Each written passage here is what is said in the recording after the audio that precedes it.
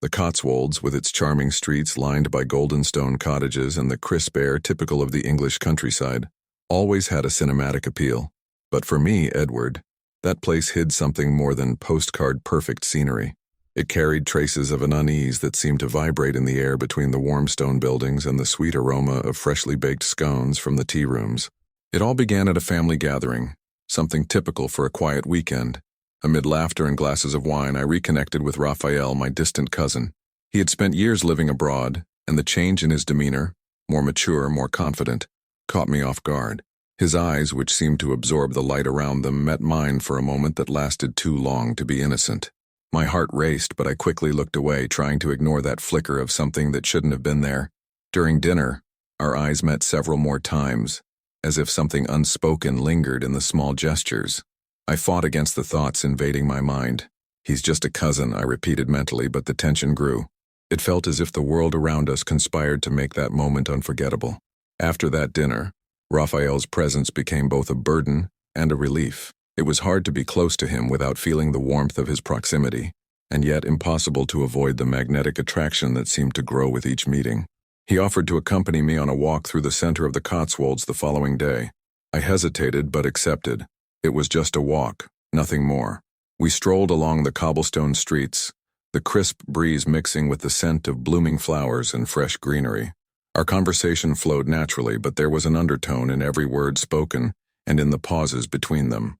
When we stopped in front of a window displaying handmade chocolates, he placed his hand on my shoulder casually, but with a firmness that made me catch my breath, a simple touch that seemed to carry the weight of something far greater. I tried to convince myself that it was all in my imagination, until he made a comment that completely shattered my resistance. "Edward, you feel this too, don't you? This tension in the air between us?" There was no denying it. My entire body seemed to respond, even as my mind struggled to maintain composure. I smiled, forcing a casual laugh, and looked away. When we reached a quiet spot by the river, he suggested we sit on a bench near the bank. The place was almost empty, with just a few families scattered in the distance. Sitting beside me, Raphael leaned slightly closer, his presence filling all the space between us. "You can keep pretending this isn't happening, but I know what I felt yesterday, and I know what I'm feeling now," he said, his voice low and firm. My heart raced. It was wrong, totally wrong. But what was it that held me there, unable to walk away? His gaze disarmed me, a mix of provocation and understanding, as if he could read every thought I was trying to hide.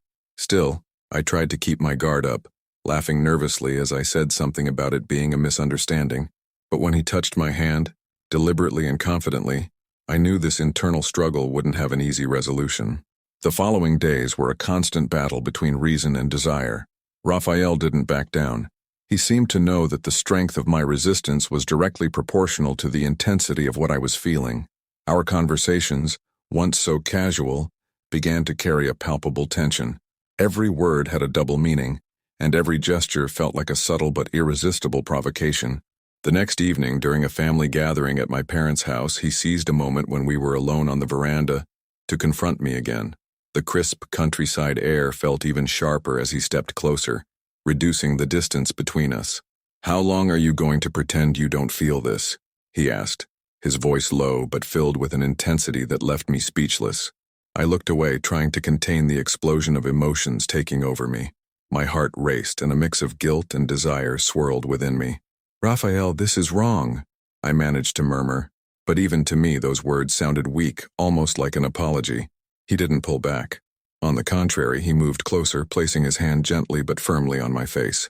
"Wrong for whom, Edward? For others? Or for you?" His eyes locked onto mine, and in that moment I realized that my internal struggle was being lost. The strength to resist faded with each passing second, that his fingers remained on my skin.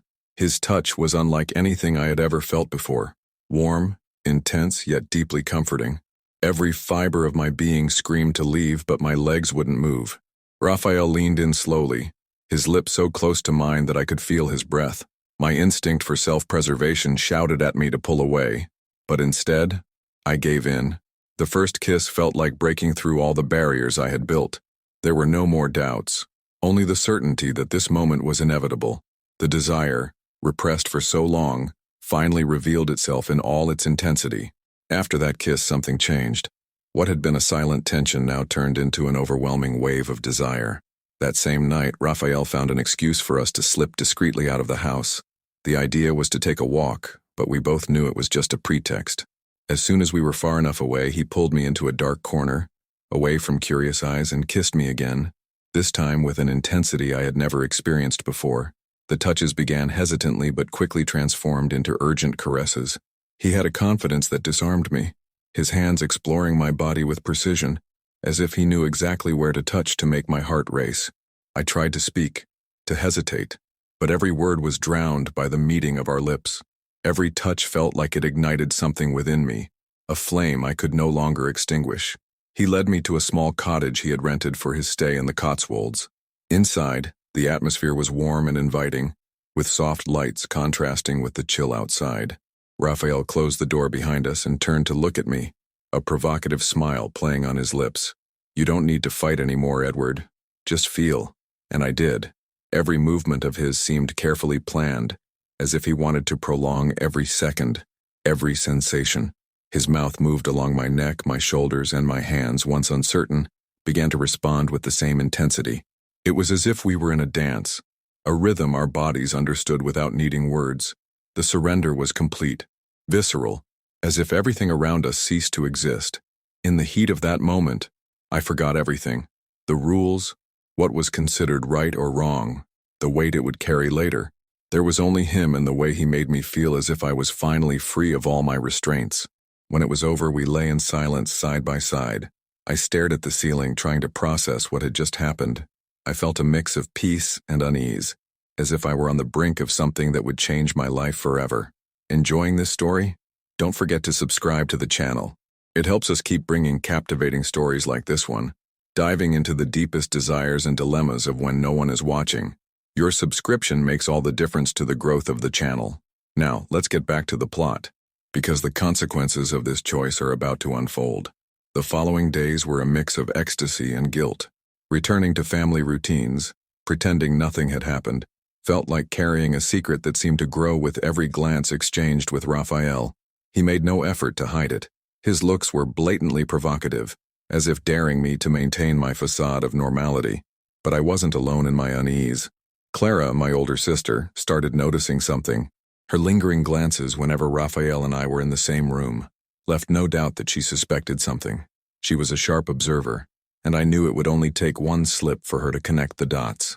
That afternoon, while everyone was preparing for another family gathering, Clara pulled me aside. "Edward, what's going on between you and Raphael?" Her tone was direct, almost accusatory. For a moment, I froze, unsure of how to respond. I denied it, of course, but the uncertainty in my voice was an invitation for her to dig deeper. Later, I noticed Clara talking to Raphael. They were standing apart from everyone else, but her rigid posture and serious expression made it clear she was pressing him for answers.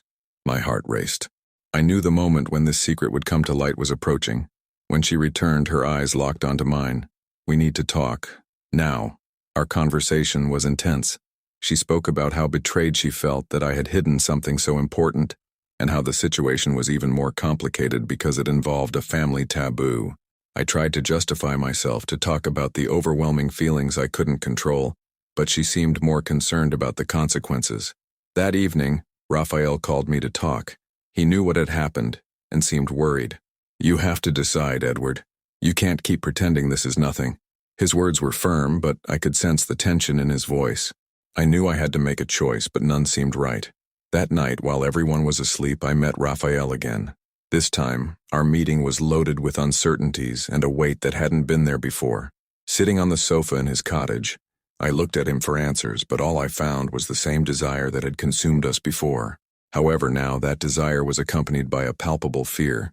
"Clara knows. She's going to tell everyone," I said, my voice low, almost a whisper. Raphael didn't look away, but his expression was more serious.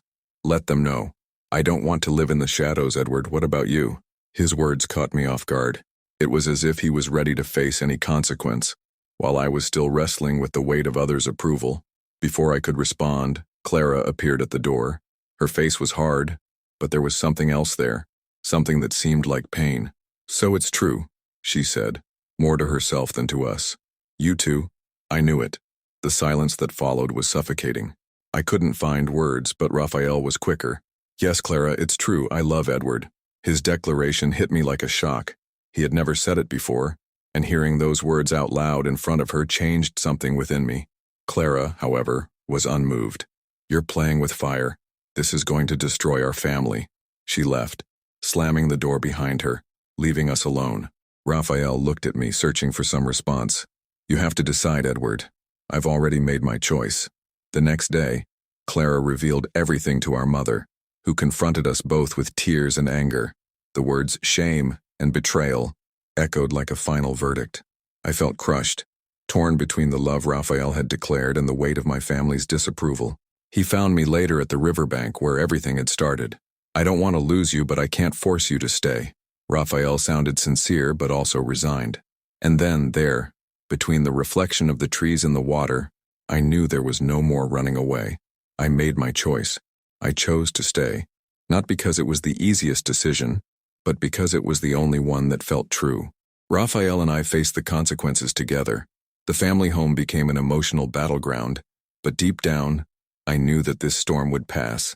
Clara, despite her initial resistance, began to understand that love, even shrouded in taboo, was real. The following months were a journey of acceptance both for us and for those around us. It wasn't quick or simple. My mother took time to relearn how to look me in the eyes, but eventually she gave in to the force of reality. The initial rejection gave way to cautious, almost reluctant acceptance, but it was a start. Raphael, on the other hand, never wavered. He was my anchor in the midst of chaos. Whenever I thought about giving up, he was there, reminding me that what we had built was worth it. The love, so difficult for others to accept, became our refuge. Today, as I walk through the streets of the Cotswolds with Raphael by my side, I realize that the curious glances no longer affect me. The weight I had carried for so long has lifted. I've learned that living my truth, even with all its challenges, is the greatest act of courage I can perform. Comment below what you would do in a place. Would you fight, hide your desire, or give in completely? If you enjoyed this, like and share. One is watching. And don't forget, betrayal is not subscribing to the channel.